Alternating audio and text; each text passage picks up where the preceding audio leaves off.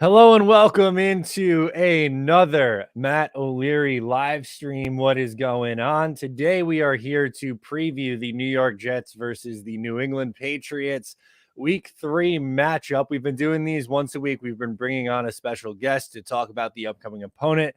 My special guest this week ain't so special, but he's good. He's friend of mine. He's producer Tyler. He's usually behind the scenes, but he is the resident Pats fan and apparently chief content officer. I don't know where we got this title from. I mean, I don't know. That's what my paycheck says. That's what the letterhead on all my stationery says. So Okay. it's I love it. I love that energy. We have a lot to get into with previewing this game and this upcoming matchup between these two teams, but we start here. The biggest storyline: 14 straight times the New England Patriots have beaten the New York Jets. What's up with this? well, I mean, the elephant in the room, which I'm sure I'll bring up because we are in the post Brady era, is obviously there was the run of dominance and he beat everybody, including the Jets, and it was the same thing with Buffalo and Miami. Like it's all that, but it's gonna flip soon. I don't know if it's gonna be tomorrow, but the win is coming. I would almost guarantee it. If Rodgers, that's tough to bring up again, but if Rodgers was around, I'm assuming that the script is flipped here this week, probably for sure. Yeah, you would hope so, but now the Jets are going into this game as 2.5-point dogs at home to an 0-2 team. Feels disrespectful, but at the same time, 14, that's 7 straight years you've lost. And the Zach Wilson numbers against Bill Belichick is atrocious. I have them here for you. We could do that. Zach Wilson's career numbers against the New England Patriots: 0-4, although technically he got injured in the second game, but still counts as 0-4. 50.94 completion percentage, 2 touchdowns, 7 picks, 694 yards, 6.5 yards per attempt, a 50.6 rating, and 11 sacks. So safe to say, not his best performances against Bill, but this is what Bill does. He absolutely destroys young quarterbacks. Yeah, you're right. You're absolutely right. And even the ones that are, the highly touted that are coming in and making an impact right away, they come to New England and they struggle. So it's, Wilson, we know the struggles of Wilson. We see what he's done his entire career to this point.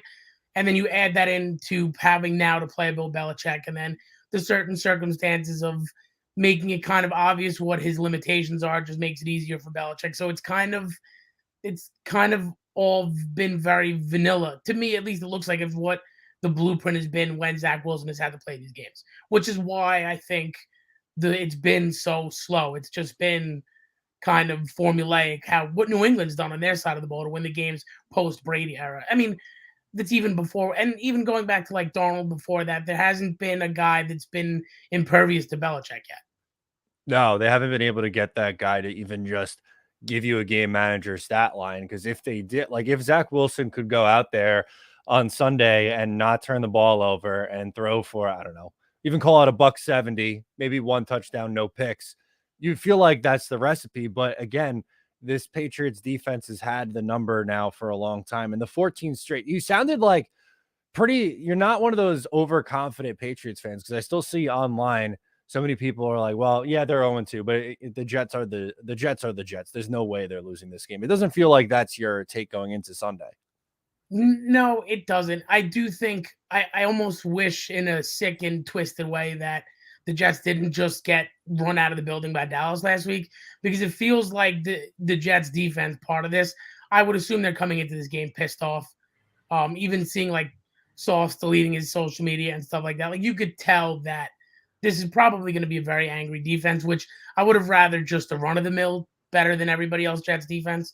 So I'm very aware. And then I've seen this team the first 2 weeks of the season, and I don't see a team that they're missing major pieces to being ready to compete at the next level. And you could see that obviously. So I'm kind of very real with where this team is at, more so than the other people on my side of the fence here. Yeah, let's do that. Let's talk about that Jets defense, because last year against New England, they only allowed, in the 2 games combined, they allowed 1 offensive touchdown, and they somehow lost both those games, which is just I'm still shook over that. It hasn't really sunk in that that's even possible. That second game up in New England, specifically the 10-3 final punt return for the touchdown. That is one of those games where it's like that both these teams just sent the NFL back like 45 Yeah. years in Yeah. what should be happening. But you kind of mentioned it with the Jets defense getting embarrassed in week 2 in Dallas. They weren't good. The pass rush wasn't getting home. CeeDee Lamb was all over the field. Dak Prescott was pretty much doing anything at will. It feels like, at least not just from the defense, we don't even have to get to the offense yet, but from the defensive side of things, this feels like a week where they should bounce back, even just looking at what they did against this team last year. Yeah, I would absolutely agree with that. And I think, like you said, we'll kind of break it down a little bit more. But even the reading, the research, just kind of the people that I'll follow on the New England side, it's the overwhelming idea is defensively the Jets have the edge at every level. Even if the Patriots offensive line plays perfectly, I don't that defensive line is top 2 in the league. The secondary is again top 4 or 5. I mean, I don't. And with the lack of skill position, it just feels if New England's going to win, this isn't going to be anything like the Dallas game. Even on Mac's best day, I don't know if he could do what Dak did. So I don't know. It's gonna if the Patriots win, it's gonna play low. It's gonna be a defensive game. It may be some sort of suck out game at the end, kind of like last year with the punt return. So I'm not if New England wins, I'm not expecting pretty by any means, and I'm expecting a very angry Jets defense. Let's take a look at some of these injury matchups on both sides of the ball. One that I'm really curious about is Jonathan Jones. I feel like that would play a key factor, but in typical Bill fashion, really haven't heard a whole lot on that front. You speak to Jonathan Jones and his impact on the Patriots, what it would mean if he's not good to go, and some of these other guys who are banged up. So it's kind of a shame because the Patriots secondary room is pretty good this year. Christian Gonzalez has been as advertised, as good as advertised the first 2 weeks, and I think having him is nice. And I'm assuming he'll probably end up shadowing Garrett Wilson around for most of the day.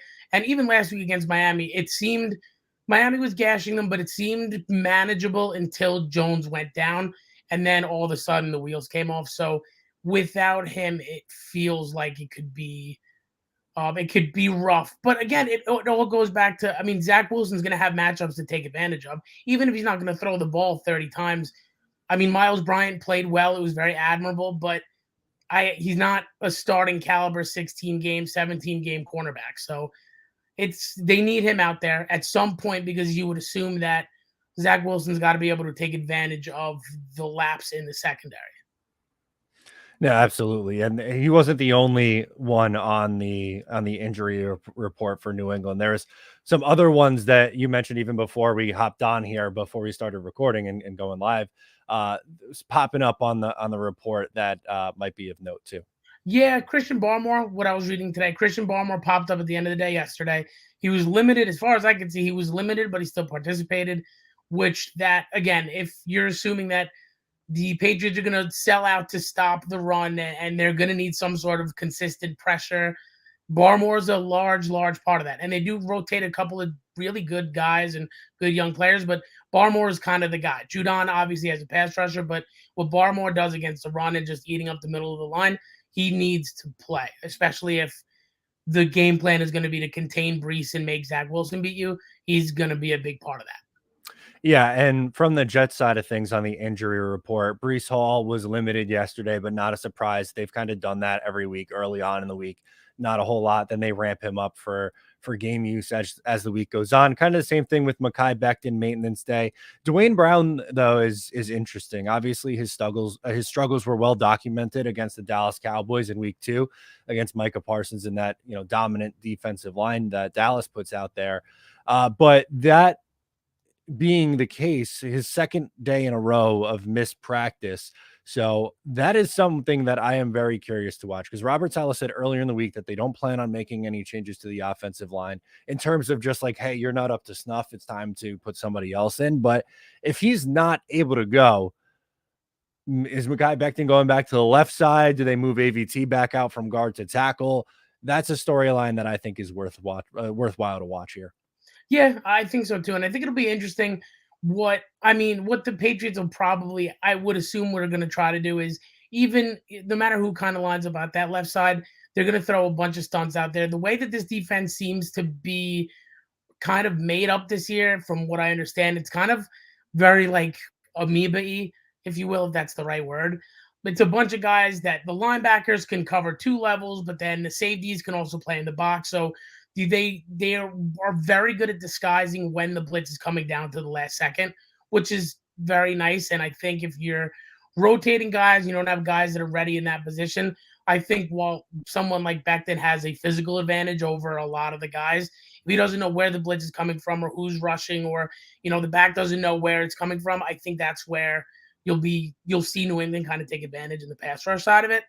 I think that's one of the most interesting, and I was kind of hoping to see that against Miami last week because they did that so well against Philly in week one, disguising everything that Jalen Hurts was seeing the entire game, which is, I think, is part of the reason why it was so close.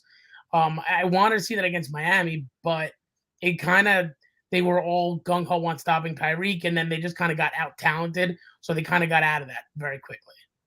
Absolutely. And a couple more. Greg Zerloin, they'll know more tomorrow if he'll be good to go or not. The replacement kicker they brought in served fine in week 2, but obviously Zerloin's a pretty good kicker. Would like to have him back. And keeping a close eye on Tony Adams, who was an undrafted free agent last year that's now a starting free safety. It was a little bumpy through his first 2 games, but luckily someone like Adrian Amos, a veteran who's been around the league for a little bit, he was able to fill in against Dallas, and would assume that he would be the one who would step in at safety and pair up with Jordan Whitehead back there if need be.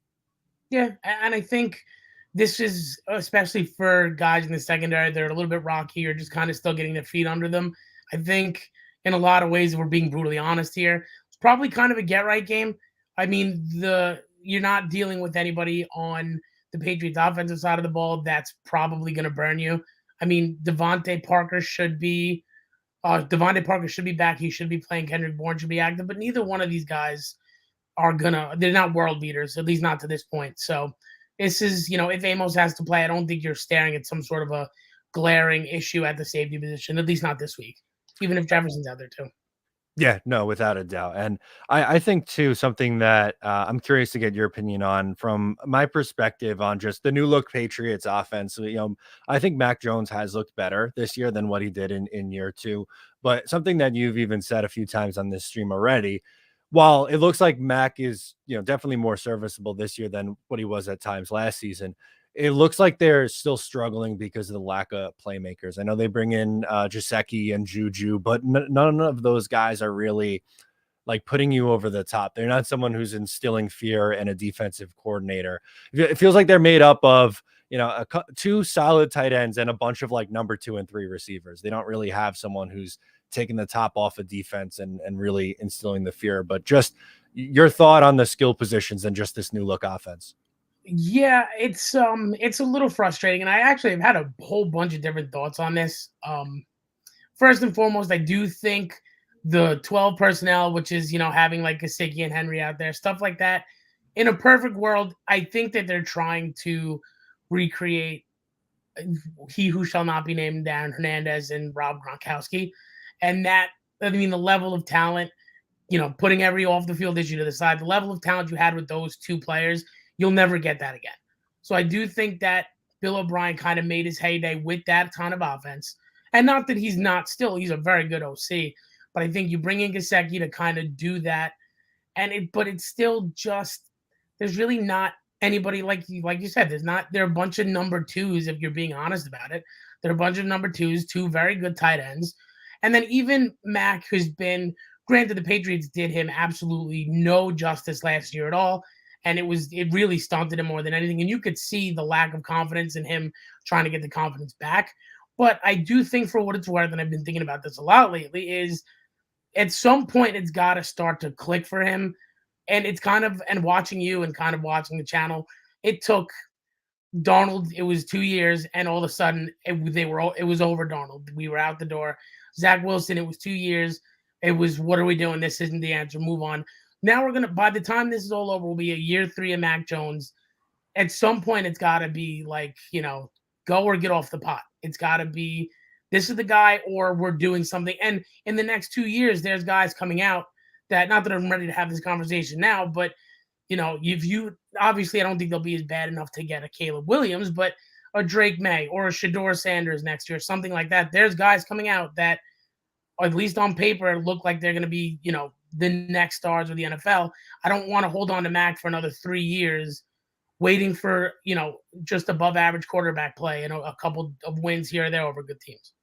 Yeah, so I saw it's interesting that you bring up that point, which got me thinking to bring up. I don't know if you saw the Jordan Moore tweet, but I'll pull it up. Some numbers with Mac Jones.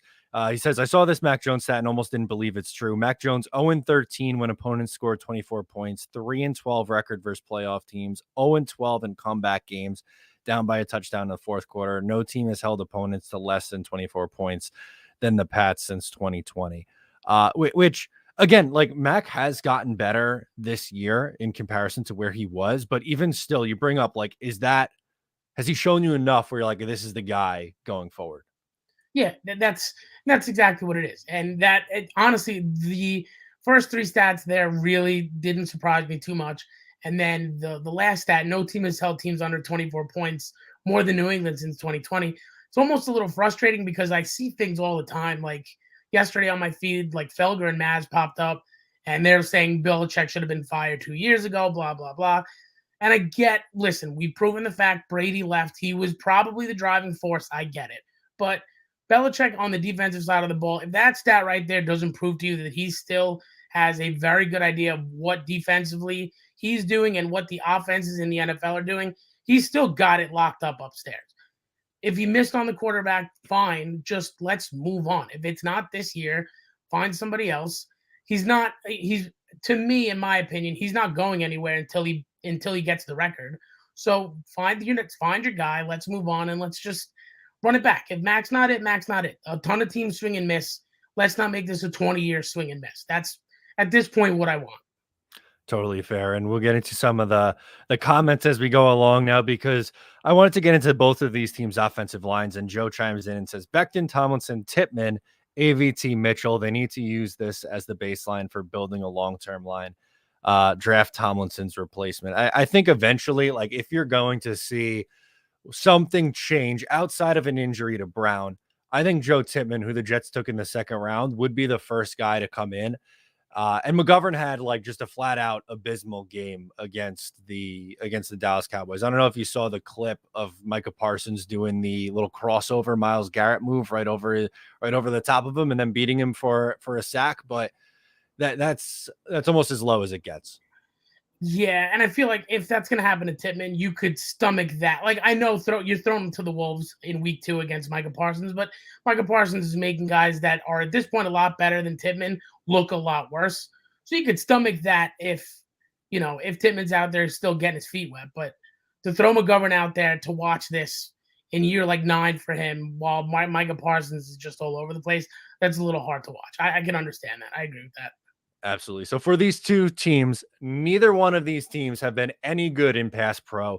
The Jets 32nd in pass pro efficiency. Patriots not too far behind though, 29. So if I'm setting the over under at 9.5 combined sacks for both sides, are we taking the over or the under here? That's a really good number. I might take the over. I'll sprinkle on the over. I think a little bit. I like that. Yeah. Yeah. I just think between these two teams, one with Zach, he's someone who holds onto the ball a lot and takes a lot of sacks. And the Jets offensive line, as I just, alluded to there, not very good in pass pro right now. We'll see if that improves as the guys play a little bit more together. And Mac Jones was someone that we know what he is. He's not really a mobile guy. He's a pocket passer. So that usually makes guys a little more susceptible to the sack if they don't move well. But also this Jets defensive line has played well against him the last 2 years. They've racked up some big sack numbers. So it wouldn't surprise me if we're in this game and it's a defensive, back and forth kind of low scoring game here because they're getting after the quarterbacks. Yeah, I agree with you. And I think one of the more interesting things is going to be to watch getting Trent Brown back, because it looks like Trent Brown's going to play, although he's been an absolute roller coaster. It's like a week by week story with him. But and I noticed this last week against Miami, the interior offensive line for New England, they're all relatively as healthy as you're going to be for, the NFL season. So Andrews is fine. Onwenu and Cole Strange are all on the injury report, but if you're playing, you should, you need to be helping the team. And last week, it really didn't look like that. I mean, the tackles have been getting beat all year so far. We knew that was a problem in the preseason going into it. It was an alarming issue just from the jump. But the interior was supposed to be the part of the Patriots line that was fine. I mean, they hammered them for draft. They hammered New England for drafting Cole Strange. He's actually been pretty good. Can't complain about him at all. But even last week against Miami, half the sacks were just like jailbreaks right through the middle of the offensive line. And Mac, love him or hate him, he had nowhere to go. You're right. He's not the most mobile guy. So when you're just giving up the pressure out of the middle, he's not going to be able to do much. And that's kind of what scares me is I'm going to assume that Quinnen's probably going to absolutely feast on the interior part of that line. Yeah, that's what I was when I was doing my research for this game, leading up to, this preview, and I have my full breakdown, preview, score predictions, all that dropping this later this afternoon. So I was looking some stuff up, and you would think, like as you said, the Patriots offensive line, the strength should be from the interior with, Andrews been a stud center for a long time. Onwenu been really good, and Cole Strange, while we could debate if it was a reach in the first round, I think it was. He's a good player. Yeah. He's a good player, but they've the underlying numbers there haven't really been all that good through the first 2 games of the season, at least in pass protection. No, they haven't. It's been very frustrating. But Miami, the thing too, and we all knew this, and even the Jets to an extent they're going through the same part of this. Is the first part of the season is a gauntlet. Like Philly's going to throw like 9 pass rushers at you that are all like Pro Bowl caliber guys. Miami, the way that they're able to scheme up, even if they don't have the names that a team like Philly has, the way that they're able to scheme up pressure is going to give you fits. And then even talking about the Jets, you go to Dallas. Micah Parsons is probably the best defensive player in football. And even on a perfect day, you're not going to stop someone like that. So I think the pass pro numbers, it'll be interesting to watch as they level out over the season. But for both New England and the Jets, this was kind of a gauntlet against elite pass rushers to start the season.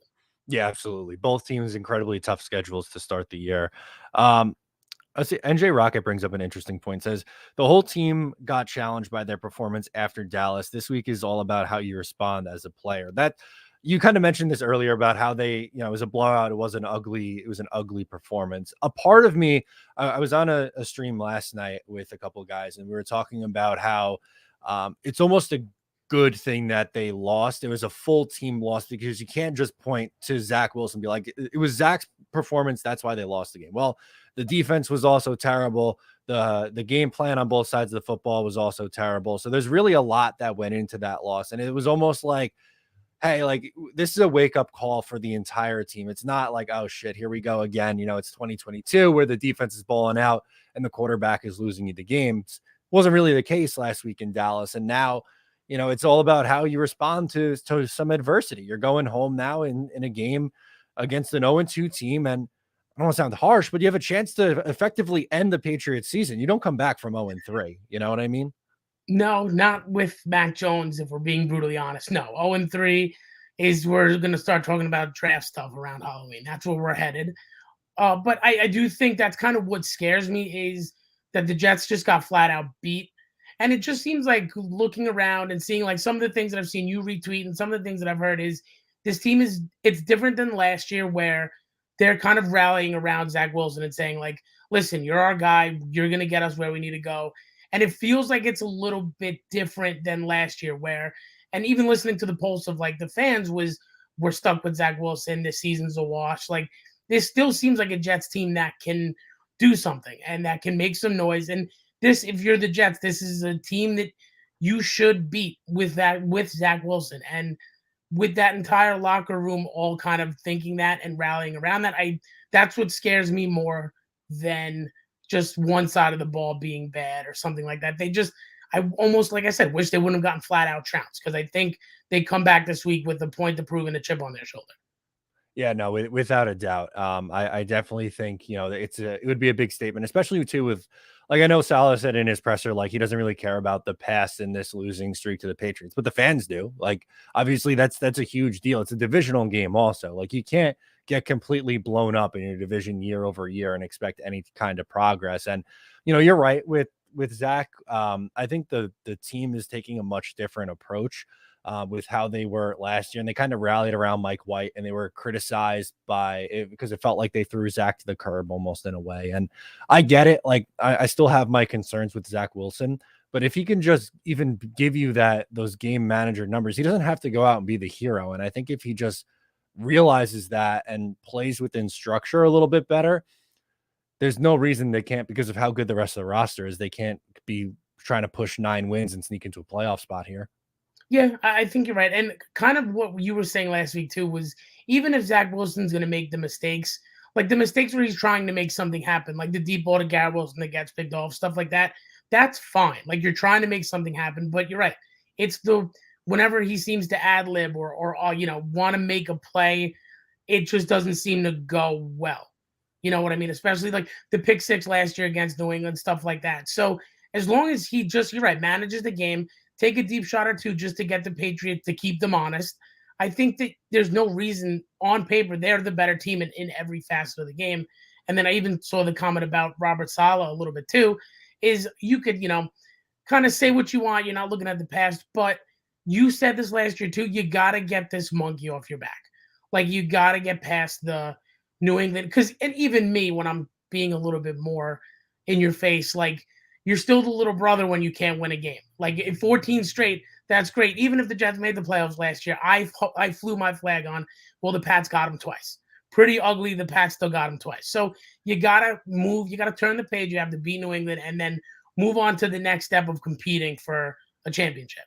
No, without a doubt. And also too, like we talked about, the Jets 1 win already comes in division. If you're going to lose a game, I'm glad that they lost the game to Dallas rather than the Buffalo game. And if you could start 2-0 in your division and 2-1 to the start of the season, like you're putting yourself in a pretty, advantageous spot here. We got a couple comments in here. John is big on, he wants Rex back, saying Robert Saleh is very bland and soft. We need some fire back. Run the ball 60 times. I don't know if they're going to run 60 plays in the game. So I think 60 is probably a stretch. To me, 30 is the number.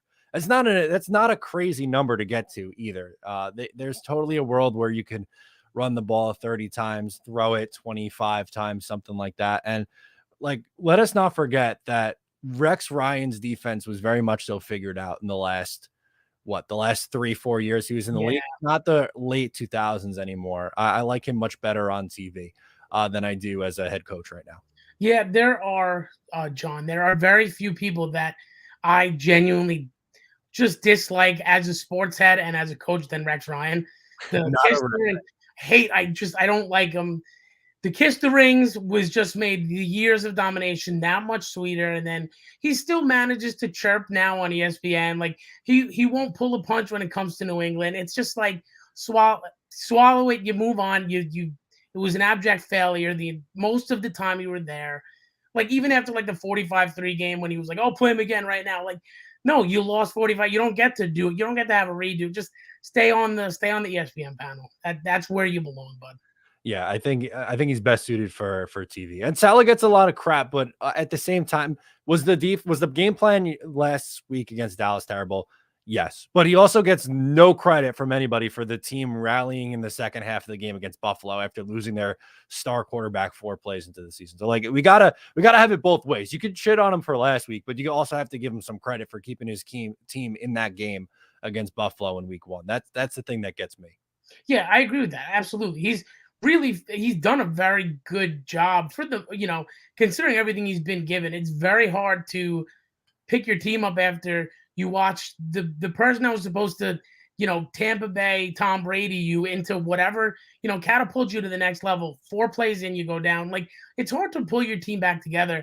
And I think, and this kind of goes back to what I was saying about Zach Wilson and so like fans being so quick to kind of dump on the quarterback. It's so easy to jump on the negative and everything you do wrong. Like he hasn't really been bad for the hand he's been dealt. I get he needs to win, and I get it's a win now league, and the turnarounds can't be 4 or 5 years. But if you can will this team, to some sort of a wild card spot in an AFC that I think is very top heavy, then I think that's a commendable job. And Rodgers seems to think that he's going to play at some point in like January. So who knows? I mean, maybe maybe he comes back to Corbett's of Aaron Rodgers, you get into a wild card and you win a game. And then all of a sudden, Saleh is the greatest thing since sliced bread. Who knows?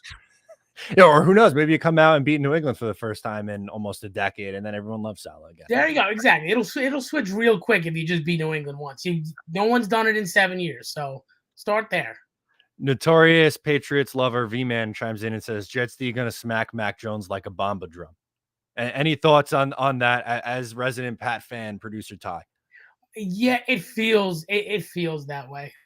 They it got ugly in Miami, and then the Christian Gonzalez turnover all of a sudden gave me a little bit of life. Like, all right, nice, we're back in this a little bit. But then the same thing with Philly. At the end of the day, you're driving to maybe do something, and then it just doesn't come to fruition. I've kind of, like I said, I've kind of gotten sort of content and made my peace with what this team is. So yeah, I believe Mac Jones will probably get put into the ground a few times on Sunday. I think so. And Nick H brings up a good point that I think kind of gets us into our transition to some final thoughts on this game, which is it's supposed to be pouring rain for this game. Yeah, there's supposed to be like some rain tornado or storm tornado coming down. So just to me, this game screams whatever the under is, or over underline is. I think it's 37. I would slam that number. That is way too high. These teams might combine for like 25 points on Sunday. Yeah, I mean 37. Like that's 37's high now. Like 37's low. Like that's a low. You don't see 37, and I don't even think they're gonna touch 37. No, no. I think first team to 17 wins this game. I think anyway. Yeah, and especially if it's gonna be a monsoon. Yeah, I think it'll be ugly. And I would like to even say New England maybe can outrun the Jets or at least Brees Hall, but Ramondre's looked okay, good, not great. Zeke, again, good, not great. It's just I don't know. It's gonna be ugly. It's gonna be if you got to be a true football fan to watch that game for 4 quarters.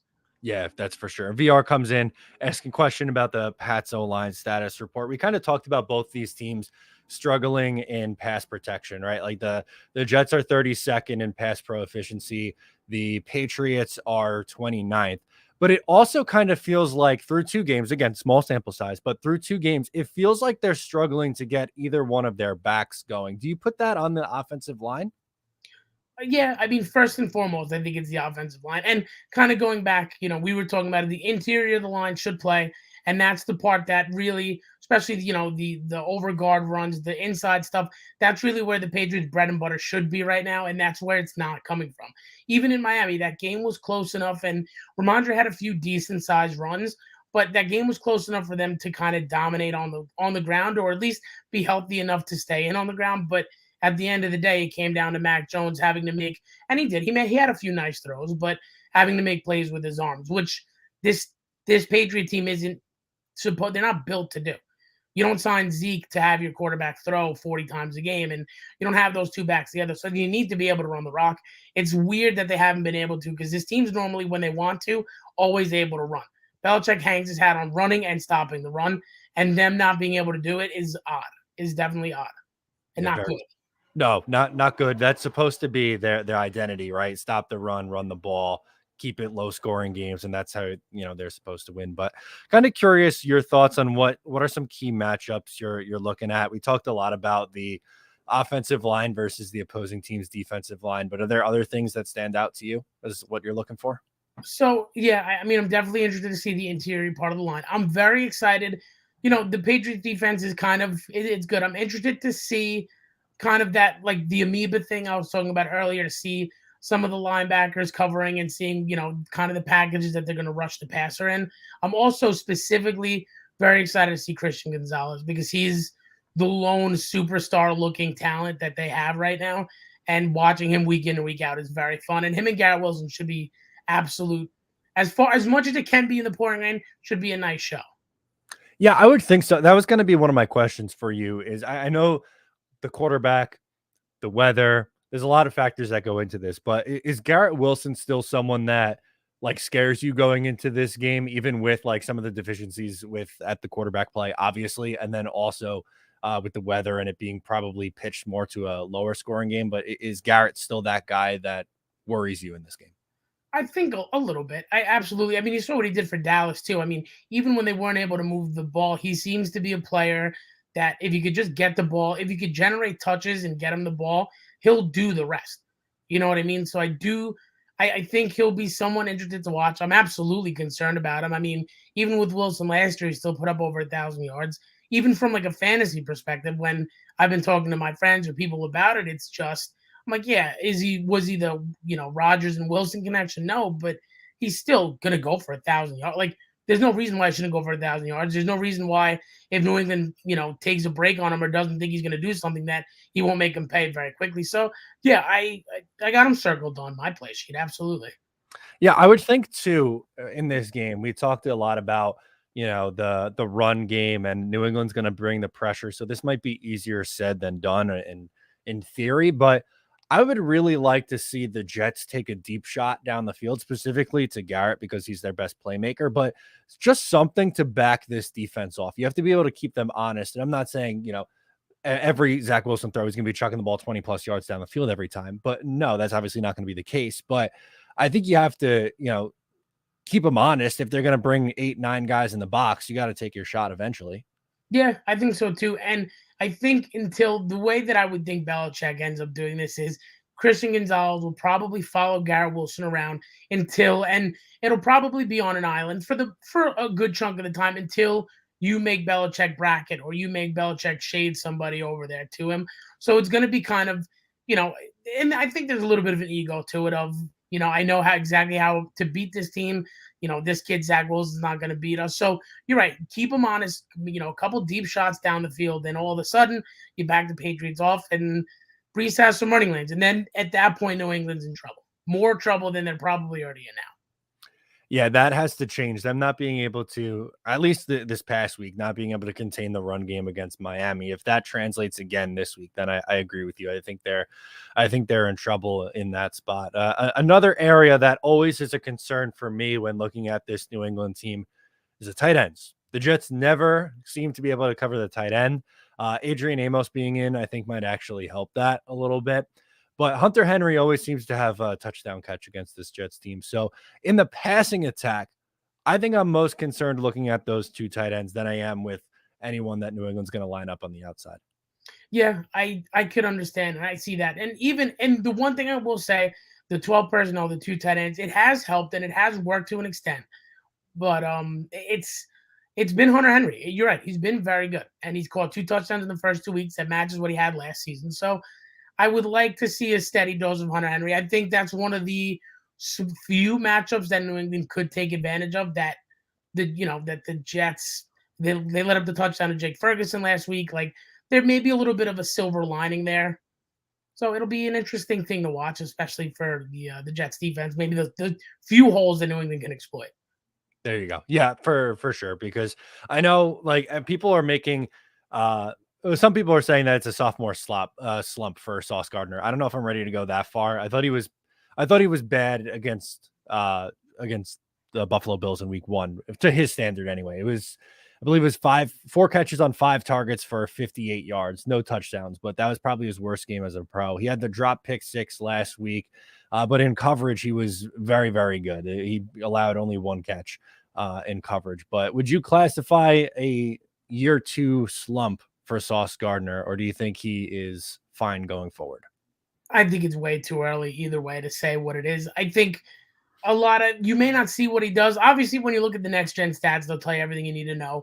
But a lot of what the Jets were able to do, and watching New England and seeing Bill Belichick draft year after year, the staple of his defense is having an elite cornerback. And just having an elite cornerback by name alone, the things your defense is able to do just by having him on your roster.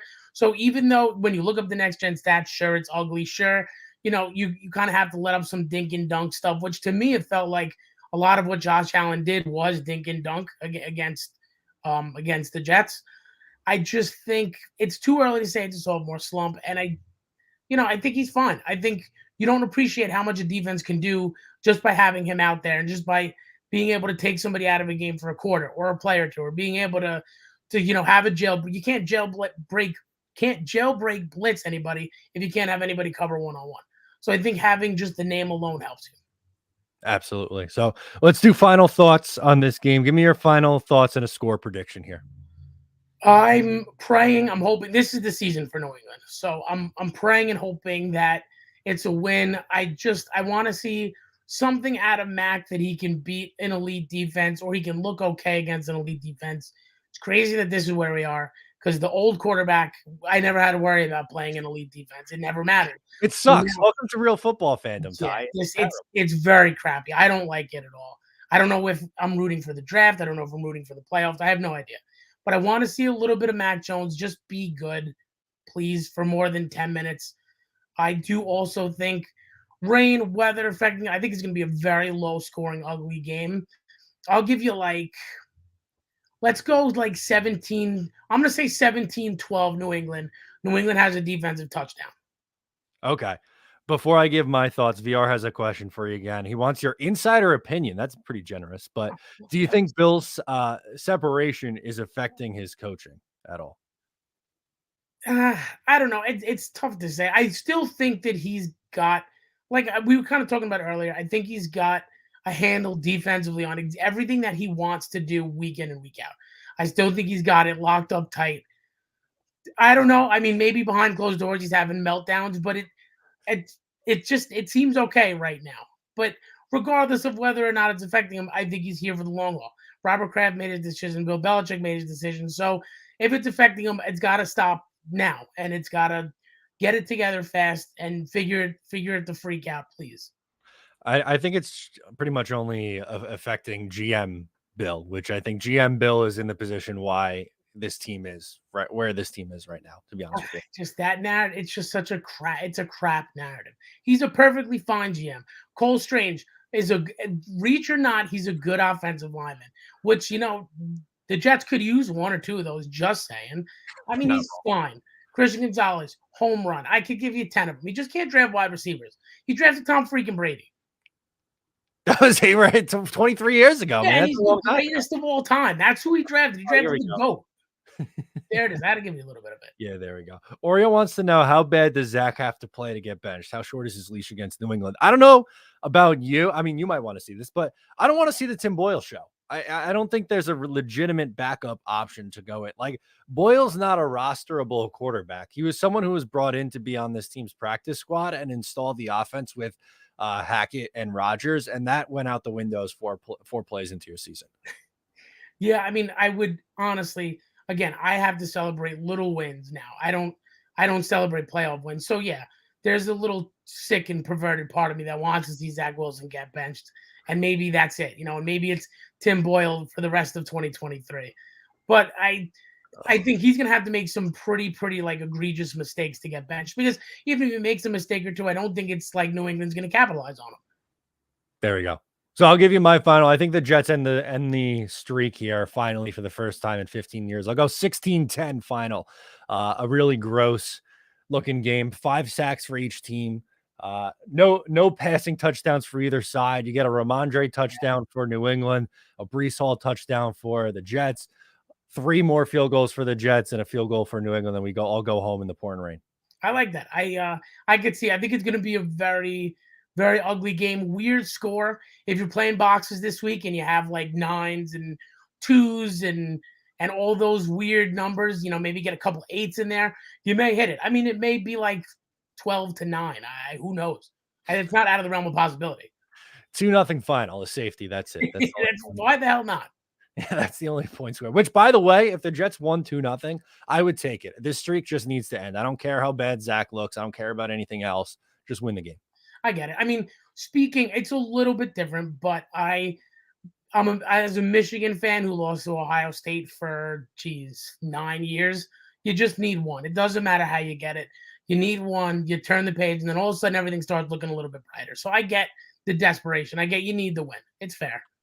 You did pretty well with this, Ty. Usually you're my behind the scenes guy, but this on camera appearance for this Pats matchup was good. I had a lot of fun today. Thanks. Well, listen, and there was a time in the COVID year where I was the up and coming Patriots YouTuber, and then life got in the way, and then exactly everything happens, and now I'm just hanging behind the scenes. I'm still chirping. You'll still hear me in the voicemails. I'll still pop in the chat every once in a while because it's fun. You gotta needle from the bottom of the pile every once in a while. I love it. That's gonna do it for us. For Tyler Brandt, I am Matt O'Leary, and we'll catch you next time.